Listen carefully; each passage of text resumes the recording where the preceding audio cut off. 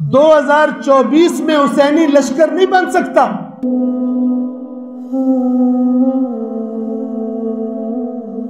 آج جب ہم نظر اٹھا کے اپنی دنیا کو دیکھیں تو چھوٹے ظلموں سے لے کر انتہائی بڑے ظلموں تک، کراچی سے لے کر، سندھ سے لے کر، پورے پاکستان سے لے کر، مڈل ایسٹ سے لے کر پوری دنیا، کچھ طاقتوروں اور ظالموں اور مالداروں کے اتحاد کے نتیجے میں ظلم اور بربریت کا شکار نظر آتا ہے۔ اور آج ضروری ہے کہ اگر ہم مظلومیت امام حسین پر رو رہے ہیں اور عزادار یہ چاہتے ہیں، یہ نعرہ لگاتے ہیں زیارتوں میں، یا لیتنا کننا معکم، کربلا والوں کو پکار کر اے کاش ہم تمہارے ساتھ ہوتے، فنفوز معکم، تو ہم بھی تمہارے ساتھ کامیاب ہو جاتے۔ شاید ان کی جواب میں آواز آتی ہو تو تمہارے زمانے میں ظلم نہیں،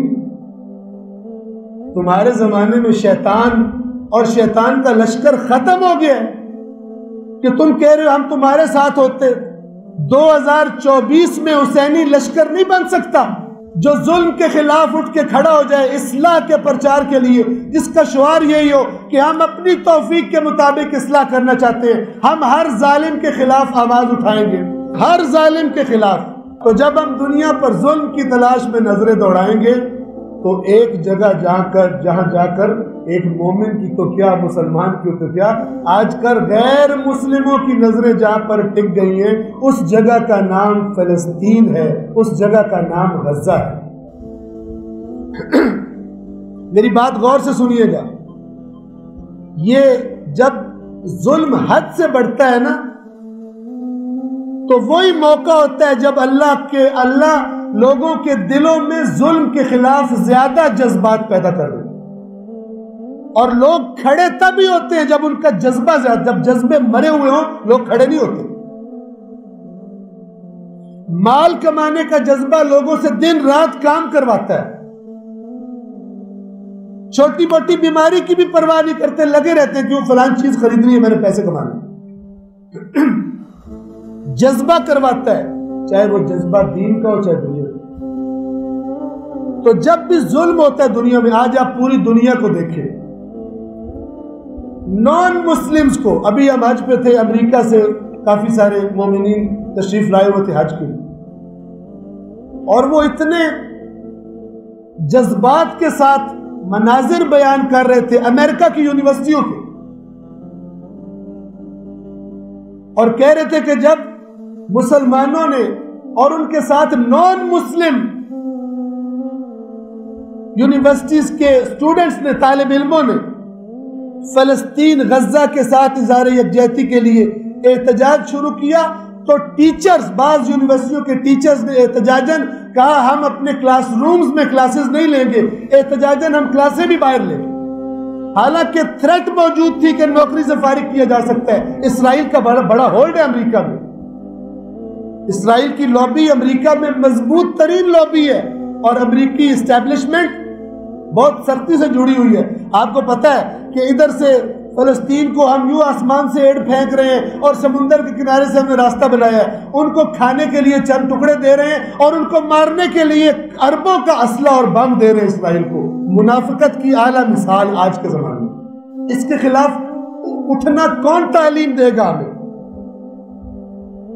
اللہ کے نبی کے بعد، قرآن کے بعد، امام حسین کے بعد کس استاد کے انتظار میں ہیں؟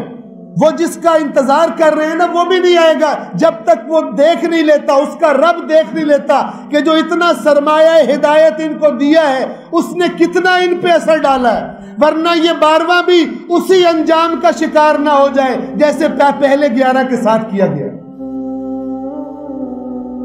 ہمارا عمل، ہمارا اٹھ کے کھڑے ہونا، ہمارا جتنی بھی ہماری توفیق ہے اپنے معاشرے میں دنیا کے ظلم کے خلاف صدا بلند کرنا، یہ ہمارے حسینی ہونے کا، یہ اس جہان پر عدالت قائم کرنے والے کے حقیقی منتظر ہونے کا عملی ثبوت ہوگا۔ اور یاد رکھیے جب تک عمل پیش نہ کیا جائے اللہ زبانی نعروں کو قبول نہیں کرتا بلکہ الٹا سختی سے دھمکی دیتا ہے۔ کہ تم کیوں زبانوں سے وہ بات کر رہے ہو جس کا عکس تمہاری زندگی میں تمہارے عمل میں دکھائی دے؟ آپ سب جانتے ہیں آیت، اے ایمان والوں کیوں کہتے جو کرتے ہیں؟ توجہ فرمائیے یا توجہ فرمائیے.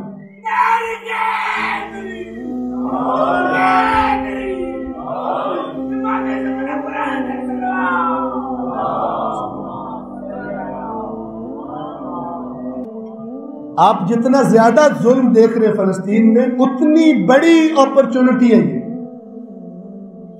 ظلم کے خلاف دنیا بھر میں جذبات بھڑکے ہو